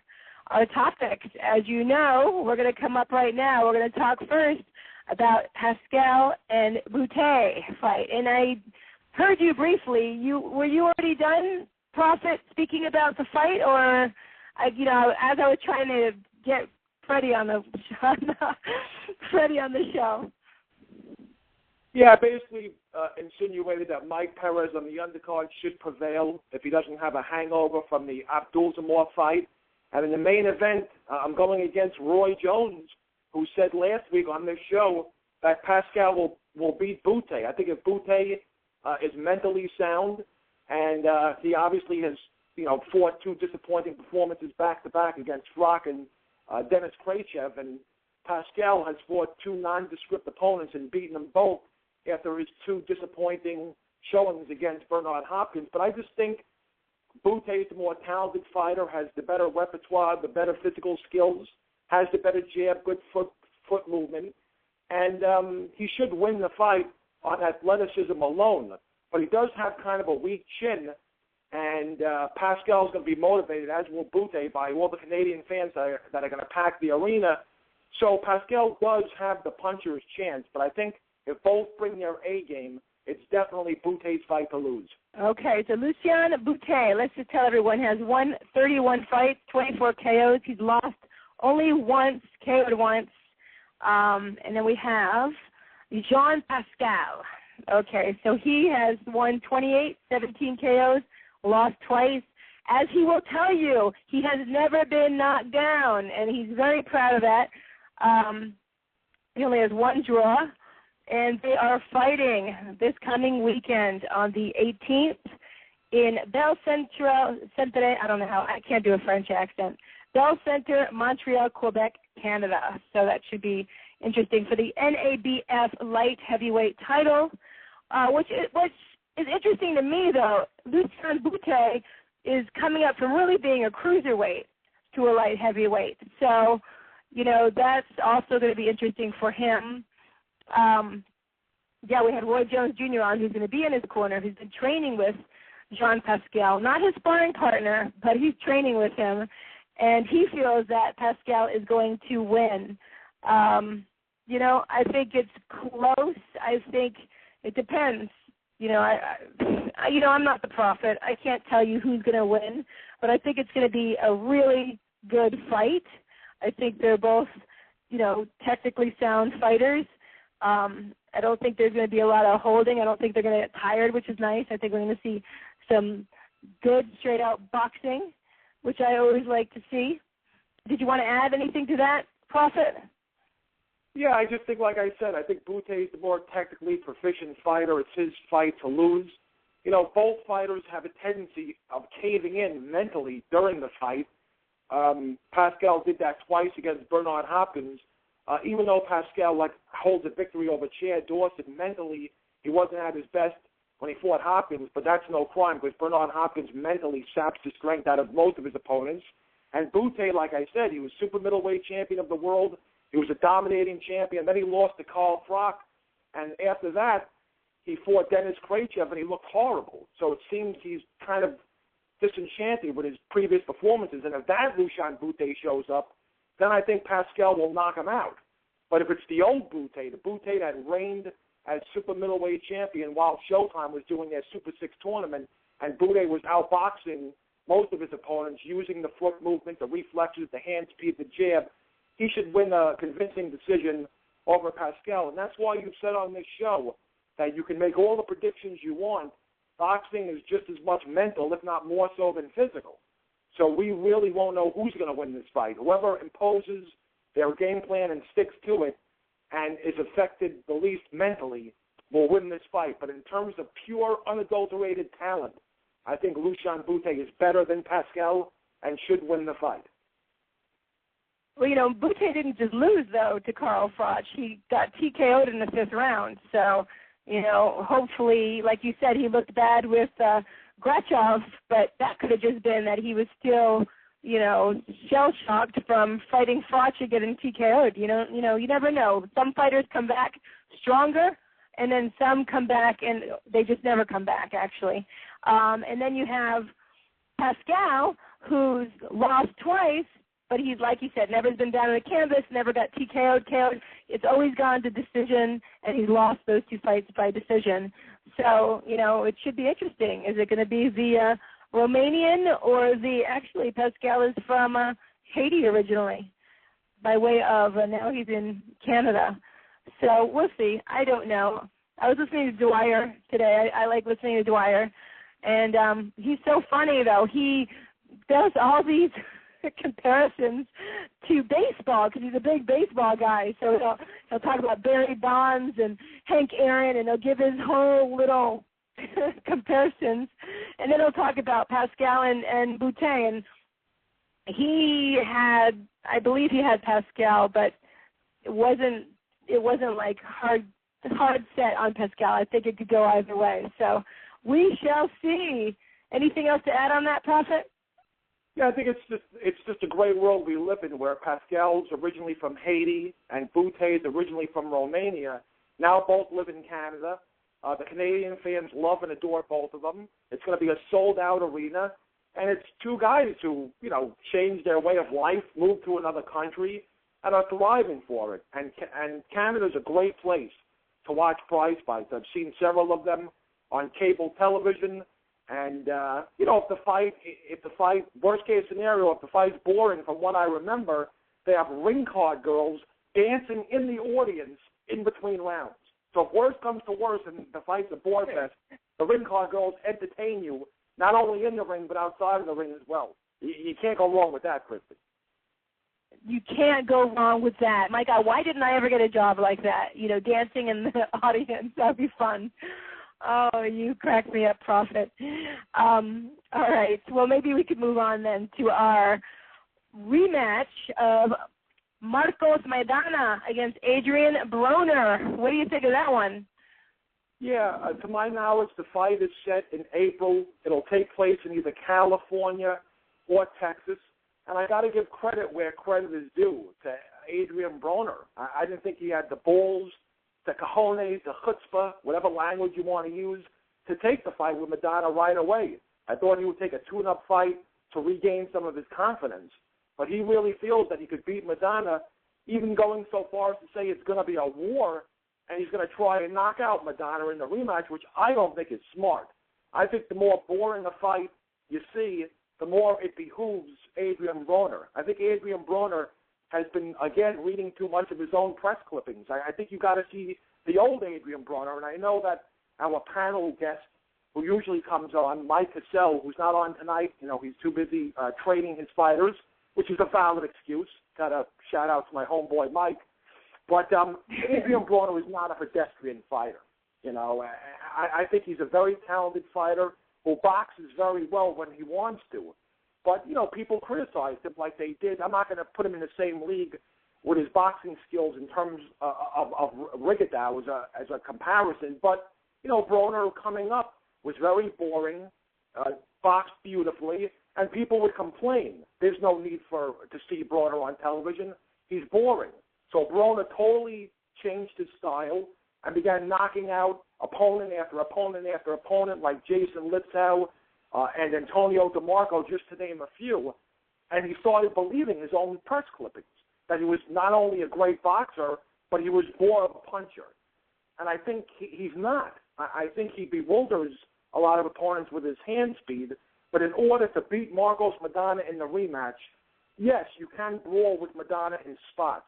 Yes, you can throw punches from the pocket in spots. But let me tell you something, Adrian. It behooves you to box. Use your foot movement. Use your jab. Against Paulie Malignaggi, he didn't throw the jab. If he threw the jab, he probably would have won 8 out of the 12 and 9 out of the 12 rounds. The only reason why that fight was close is because Adrian Broner abandoned the jab. Like I said, I don't know if it's the people he hangs out with or the fact that he just believes his own hype. But, some people will say it'll take a miracle for him to beat Maidana in a rematch. I don't think so. I think he's just got to take his head out of his ass, train hard 24/7, and, box a little bit. It's not a crime to box. Everyone loves to see people exchanging punches, but at the end of the day, they call it the sweet science, Christy, for a reason. And, it's to hit and not be hit. And if Broner does that, he can beat Marcos Maidana. He's got the hand speed and the reflexes to do it. But if he fights mano a mano with Marcos Maidana and thinks he's going to outslug him the way they kind of fought, in the first fight, and Maidana knocked him down twice, I'd be shocked. I'd be the first person to say I was wrong. If Broner beats Maidana by brawling in the rematch, I'll be the first person to admit I was wrong. He needs to box. And we'll basically see which Adrian Broner shows up for the rematch.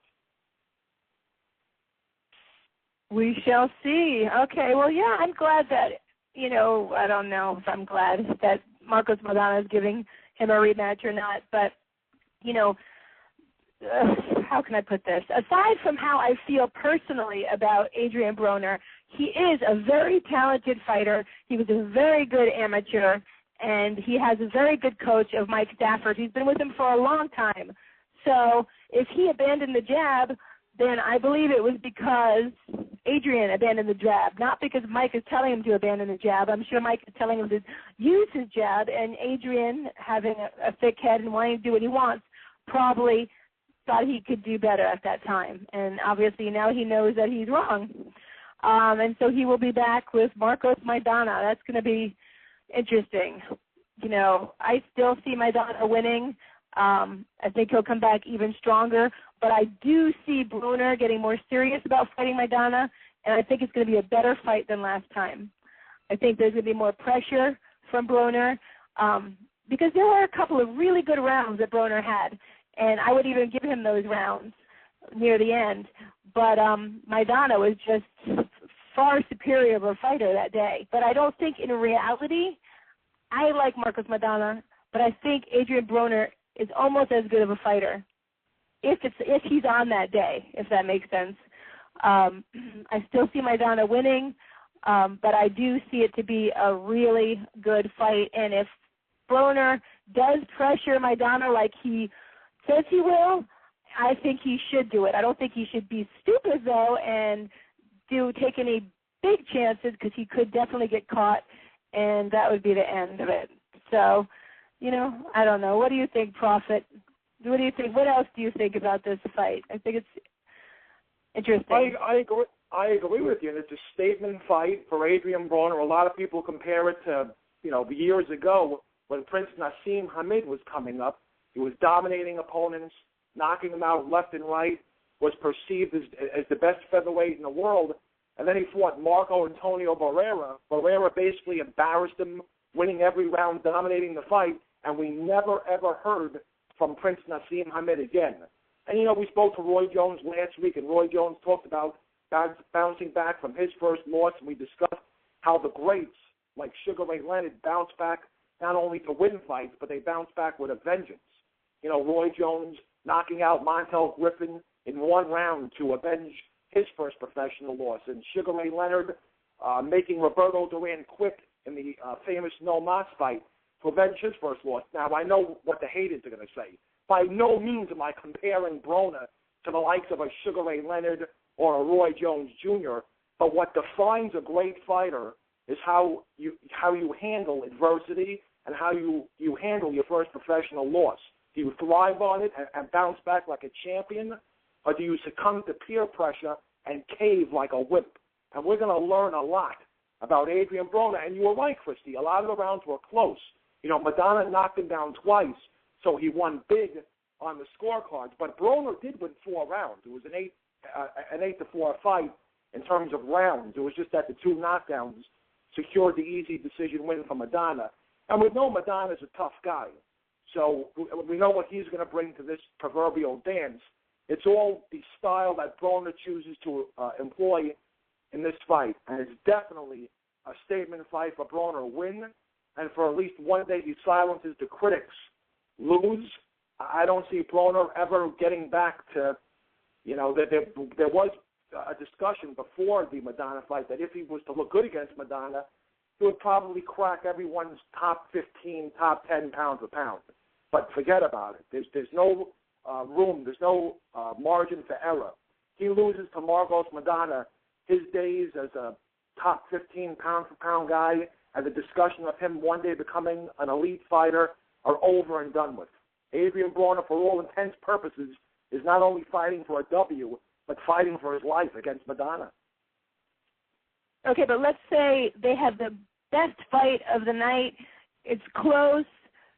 Do you see that Broner would go back as well, or he would be elevated at that point because it was such a great fight? I mean, I like to think there's no such thing as a good loss, and he was very, even though he got knocked down twice, there was no quit in Broner. So, those who say Broner, I hate those people. You want to say Broner was exposed against Madonna, that's fine, but some people on social media are saying he's a dog, he's a quitter. He fought for 12 rounds. He took his beating like a man against Madonna. I just think he has to fight, use a smart game plan, and box more. People first started either you liked Broner when you first saw him, or you hated him when he made his an appearance on HBO against Ponce de Leon. There were some people to this day that had Ponce de Leon winning 8-2. I had it 6-4, for Broner. But what I liked about Broner in that fight, what made me think that he had the talent to become an elite fighter, was that Ponce de Leon only had success to the body. I believe he landed about 80% of his punches to the body. He couldn't land on Broner's head or chin. Broner showed tremendous defense. And, like I've said countless times, you begin to believe your own press clippings. And, Broner was perceived as a boring fighter who needed to step up and fight more in the trenches. He did that. And look where I got him against Madonna. Knocked down twice, and he suffered a loss. I don't want it to be a bore fest. But if Broner can box, some say it's ugly. I happen to think it's the sweet science. It's beautiful. If he can do that like he did against Ponce de Leon, then, pull off a little, show signs of, shades of Rigondeaux and Andre Ward and Floyd Mayweather, the reflexes, the hand speed, the defense, the foot movement, the ring generalship. If he can do that like he was groomed to do, like all of his fans believe he's supposed to do, he should win the fight. Marcos Madonna's a plodding fighter who doesn't know the meaning of the word defense, doesn't really throw a lot of jabs. His hand speed's not so quickly. When you look at it on paper and you take a look at talent, it almost traumatized me. You and everyone else who picked Madonna sort of had a laugh at the Prophet's expense, when I picked Broner to easily beat Madonna. But when you take a look at them athletically and what they bring in terms of their tools in the ring, I was so shell-shocked in watching Madonna beat Broner, and that's why when we had our awards episode, I was, one of the few people who actually had Madonna Broner as a bigger upset than Johnny Gonzalez Abner Mares, because I believe that Broner, athletic-wise, has the tools to be an elite fighter, but for whatever reason, that side of him didn't show up against Madonna, and that's what he needs to do. Like I said before, it's no crime to throw a jab and box. You can brawl in spurts, but the more exciting the fight is, the more it behooves Madonna. You have to see the Adrian Broner that boxes beautifully, and that's the only chance he has. Brawl with Madonna in spots. You can punch from the pocket when you want to, but if you're going to fight him for every minute of every round, I don't think you can out-hustle Madonna, but I don't think you can out-brawl him. You can't have a war with Madonna and beat him. He's got a box. All right. You heard it from the Prophet. So did you say that you're going for Broner again this time? Yeah, I know. Well, I have till April, thank God, to officially make my pick. But like I said, it's with Butte and Pacquiao. Some of these fighters are so fragile mentally. If Broner can bring his A game, but let's face it, some people might say he's overhyped, he's overrated, and Madonna had a lot to do with it because he fought a great fight. But that was not the Adrian Broner that I saw in his past 5 or 6 previous fights. And, of course, it was a huge step up. Adrian Broner never really fought a guy as elite as Marcos Madonna. So, Broner, to a certain extent, brought out the best of Marcos Madonna. But, when you see Madonna's wars with Josecito Lopez and Amir Khan, and then you take a look at Broner and you say to yourself, wow, if Madonna can struggle against these guys, how can Adrian Broner not be slicing up Madonna with his jab and his hand speed and his foot movement? And I think Broner he was over cocky. He went on tour with Little Wade and a bunch of his rapping cronies, and Lord knows how hard he actually trained for the fight.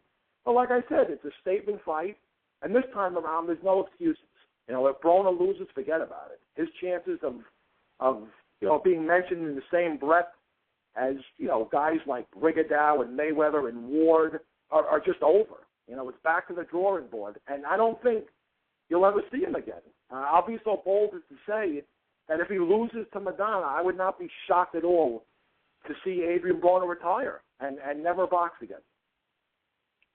All right, we'll see. We shall see. We have time for that one. Well, yesterday I went to Wild Card with, as I said before, my friend Jill Morley, who is her documentary. It's more like a movie documentary. It's a documentary, Fight Like a Girl, and she trains and she was sparring, and it was great to watch. But there's such an excitement in that gym, and Ray Beltran was there, Raimundo Beltran, and I met him. He's actually going to come on the show in 2 weeks. We do not have a show next Wednesday because I will be at the Elite Championships in Spokane, but the following Wednesday, the 29th, we'll have our next show, and Ray will be on, and he gave me his number, and I was texting him because I was also Twittering with Eddie Hearn and some other guys on Twitter about why doesn't Ray get this rematch with Ricky Burns. Ricky Burns had his jaw broke by Ray. I know he fought the whole 12 rounds like that, but come on now. We know who really won that fight. Raimundo, he deserves a rematch. So we were Twittering, I'm Twittering, and then I'm texting because I wanted to know. Eddie Hearn said, we offered Ray a rematch. And Ray says, well, the real thing is that WBO said that the mandatory challenger is Terrence Crawford. So that happens with Ray. Now, Ray doesn't get the fight. I'm hoping that whoever wins, Crawford and Burns, Raimundo gets to fight. Beltran gets to fight one of those two because he really deserves it.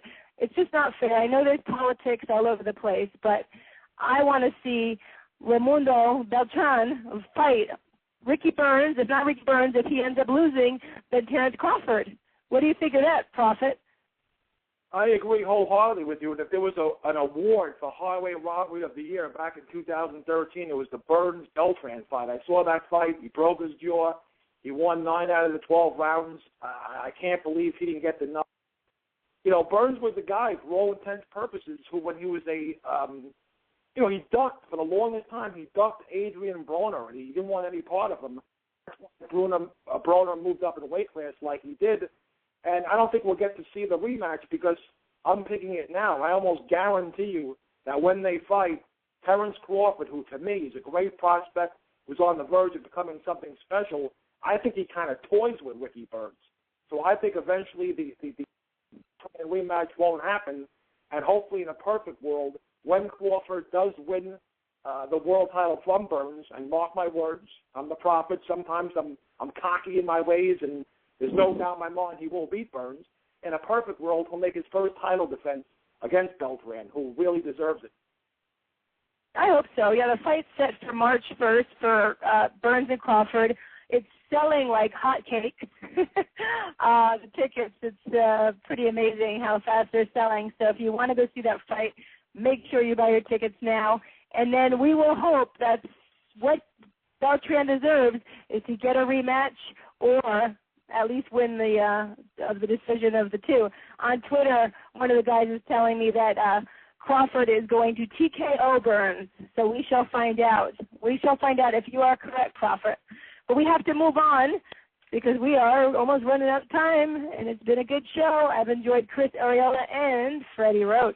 We're going to talk about Mikey Garcia and Juan Carlos Burgos, who is fighting on the 25th, January 25th, Madison Square Garden, New York, New York. I would have loved to have fought there. What a beautiful place. All right, you're up, Prophet.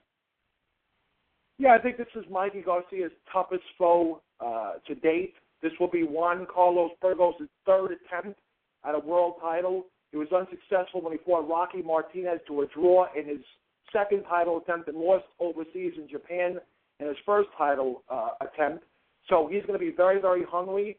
And in terms of skill, he's probably the most talented guy that Garcia stepped into the ring with. When Garcia, who's recently had a very successful run, scoring 3 straight victories over Orlando Salido, Juan Manuel Lopez, and Rocky Martinez back to back to back, the naysayers can say that Juan Manuel Lopez was clearly past his prime and on his way out when Garcia fought him. Salido is kind of, he's a tough guy but very one-dimensional, has no defense and just comes forward. Rocky Martinez, I've said it a number of times on the show, has been the beneficiary of several gift decisions before he fought Garcia. So Garcia basically, exposed all 3 fighters, and he should have, because Mikey Garcia is an elite fighter on the cusp of something special, ready to crack my pound-for-pound list. And I think Juan Carlos Burgos, is a guy who can box and slug, and he's fighting a multifaceted guy. Garcia, for the first time, basically in his career, a guy who could do a little bit of everything. And to me, Garcia, at least in the early going, will have to use the jab and sort of cut off the ring and work to the body of Burgos, kind of tire him out. Burgos is a volume puncher. He loves to throw punches in bunches, and he'll try and out-hustle you. So it'll be interesting to see if usually Garcia dictates the way that the pace of the fight is fought. So it'll be interesting to see if he can handle the pace in which Burgos chooses to, let the fight happen. And Garcia, in the early rounds at least, loves to throw the jab, loves to throw the hooks and the combinations, and he fights very methodically and at a slow rate. So I think the fight will be very, very exciting. But at the end of the day, I think it'll be a coronation party for Mikey Garcia. I think he stops Burgos around the 10th round, and to truly signify that a future superstar, is born. Like I've said on last week's, or 2 weeks ago when we had the year-end awards issue, 2013 was the year that several fighters like Manito Donaire and Carl Flock and Abner Mares took a step backwards. And it was also a year where young fighters like Triple G, like Mikey Garcia, took that leap forward. And I think 2014 will continue to be a great year for Mikey Garcia. It'll be a tough fight. I'd be shocked if he rolls over Burgos in one-sided fashion. But it will be competitive early. Garcia chops him down and stops him in round number 10, thus solidifying that, indeed, Mikey Garcia, if you didn't know it then, you'll know it now, is a force to be reckoned with at any weight class. All right. Well, what I want to do is we have to go to a commercial, and then we're going to come back. And it wasn't set to talk about this, but I really wanted to get just a little bit to talk about the fight coming up with Saul Canelo Alvarez against Alfredo Perro Angulo. I think that'll be interesting. So we're going to go to a commercial, but first I want to tell you to make sure to check out the Regional Silver Glove Tournament this Sunday, 12 noon Pacific, on oomba.tv, OOMBA.tv. I was there this weekend. I was refereeing and judging. The fighters are kids 8 to 16 years old, and you have some amazing fighters. And they had states there from California, Arizona, New Mexico, Colorado, Utah, Hawaii. It's fantastic. So if you can do this for me, because I did a little interview and I thought it was kind of fun. It's on Oomba TV, OOMBA.tv, and make sure you watch the Regional Silver Gloves Tournament this Sunday, 12 noon Pacific. We will be right back, talk a little more about Canelo and Perro fighting each other. That should be a fun one. This is Real Combat Media Radio. Check us out at realcombatmedia.com. While you're there, check out the Feed the Poor link on the bottom of every article, and you can send a donation if you're interested. That is, once again, on the bottom of every article as well as on the top of the website. If you are an MMA, boxing, or fitness business and interested in sponsoring our website or radio podcast, send us an email. Advertising at realcombatmedia.com. Once again, that is advertising at realcombatmedia.com. Make sure to check out the Real Combat Media MMA and boxing store at the top of the menu at realcombatmedia.com. We carry a collection of products. We have the Cardio Mask, which is excellent for all fighters, endurance athletes, and serious fitness enthusiasts.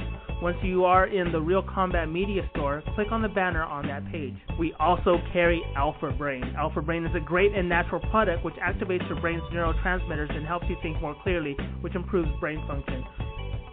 You can also purchase the world's healthiest plant protein, which comes from hemp. There are many other products online on the online store, and click on the On It banner at the Real Combat Media store, and you can purchase Alpha Brain and other health products. Use the discount code Real Combat Media, and you will receive 10% off at the checkout store on the On It. That is ONNIT on the banner at Real Combat Media store. Buckle up. Here we go. Let's get this show started. Welcome back to Real Combat Media Boxing Radio, episode 42. I'm still your host, Christy Rosario, with my co-host, Richard Solomon, the Boxing Prophet. You can call us live at 347-324-5998. Find us on Twitter at Real Combat Media, or mine at Boxing Girl, BXINGIRL, or at Boxing Prophet 68. Find us on Facebook at Real Combat Media in the search bar. We only have about 9 minutes left. What a fast show this was, and very interesting guests, as always. And what I wanted to get to, though, was, which I'm excited about. I'm excited, but I'm a little bummed for some of the other opponents that didn't get to fight Canelo. But I am excited about Saul Canelo Alvarez against Alfredo Perro Angulo, which will be great. On March 8th is the fight. You know, I'm going to let you set this one up. I'll give you, let's say, about 2 minutes. Go, Prophet. Yeah, I think the fight is to basically alert Canelo's fans that he's not going anywhere and that he's back. You know, he could have fought Carlos Molina for the title, but I've said it on this show many times before that Molina just has that ugly style. He's basically a runner, and he'd make Canelo look bad, even if Canelo were to beat him, which I'm sure he would. And there's no way he wants any part of Erislandy Lara, because Lara, the Cuban standout, has the reflexes, the jab, and the power to not only make Canelo look bad, but to actually beat him. Angulo is a win-win for Canelo and his fans, because Angulo is a brawler who went to war with Lara, who went to war with James Kirkland, and is a very, very aesthetically crowd-pleasing fighter. And you're going to see if Canelo has heart, and you're going to see if Canelo has a chin. He's never really had to overcome adversity in his professional career before. You know, he tried to against Floyd, but Floyd is an elite fighter. That's why he's the best pound for pound. Angulo's going to stand right in front of Canelo, take his bombs, and throw back with violent intentions. Yes, he clearly doesn't have the hand speed to match Canelo, and he doesn't know the meaning of the word jab, but he'll gladly take 7 shots to land his one. And while I wouldn't be surprised to see Canelo dispatch of Angulo in 5 or 6 one-sided rounds, it also wouldn't shock me if Angulo temporarily stuns Canelo and maybe hurts him, because Angulo is as tough as they come. He's Mexico's version of James Kirkland. He's a balls-to-the-wall type of guy, and, he's a guy who's willing to go out on his shield. So a lot of people are, dismissing the fight, saying that Angulo's past his prime. But listen, it's a pay-per-view show, and in order for the fans to shell out their money, you don't want to see Canelo in an ugly fight. You want to see him in a brawl. The Mayweather fight, while Mayweather did his thing, wasn't the most entertaining fight. Canelo against Angulo looks great on paper, and as far as it goes, it will live up to the hype and then some, because Angulo only knows how to fight one way, and that's moving forward, throwing bombs. Yeah, no, Angulo, if Canelo thinks he's going to walk through Angulo, I think he's highly underestimating him. Yeah, the reason Canelo is fighting Angulo is because Angulo is one of those fighters that will stand right in front of him. With Mayweather, who would move and have the defense, Canelo did not stand a chance. He could not keep up, and, he was made to look pretty much like a beginner. So he picks Angulo because this is his fighting style. This is what Canelo is good. This is how he – you know what? One of them are going to get knocked out, and I'm not predicting either one, but they are both really good fighters. Angulo's coming to knock out Canelo, and Canelo is probably coming to do the same thing to prove to his fans that he's back. It's going to be interesting. Angulo had the problem with his eye, but thank goodness the hematoma of his orbital eye bone was not fractured. But still, people like the referee or the Canelo, they're going to be looking for that and seeing if he's going to be bleeding or what's going to be happening with that eye. So hopefully he will protect that eye and not let it be a problem. I think it could be a very good fight. I'm not sure it's going to go the distance. Again, I'm not the prophet, so I don't really, have a prediction. The only thing I think is one of them is going to get stopped because they're both going to stand in front of each other. Canelo may try and move, and that would be the smart thing with Pero would be to move, use his jab, which is very, not used enough, and I love the jab. It would be behoove for Canelo to definitely use the jab, to move, not stand in front of Pero, but we may see a slugfest. It's going to be interesting. Pero is older, but he's heavier, he's got the experience, and he's the kind of fighter that, people love to watch because it's not going to be boring. We're definitely not going to be bored. Right, Prophet? Absolutely not. And to my knowledge, on the undercard, Leo Santa Cruz is going to fight, and he, like Mikey Garcia, is on the cusp of something really special. If Leo Santa Cruz can manufacture 2 or 3 wins this year, I would not be shocked at all to see a Leo Santa Cruz Rigondeaux super fight somewhere down the horizon. Santa Cruz is a great fighter who throws pretty much over 100 punches per round and is very, very exciting to watch. So the Canelo Angulo pay-per-view show is off to a solid start, in my opinion. Oh, that'll be interesting. At Wild Card, you meet so many people, and I was sitting there talking to Joe Gallagher from Gallagher's Gym in England, and he brought a whole bunch of fighters that are really well-ranked over there in Britain, and they were all there to spar and train over at Wild Card and the Goosens Gym. They were going over there as well. He has Scott Quigg, who is 122 pounds, ranked number 1 WBA, and they're looking for a fight with Santa Cruz sometime later in the year. What do you think about that matchup? It would be interesting. Quigg has some boxing ability. It would be interesting to see if he can just hold off Santa Cruz. Santa Cruz, like I said, is a volume puncher, loves to throw a lot of punches per round.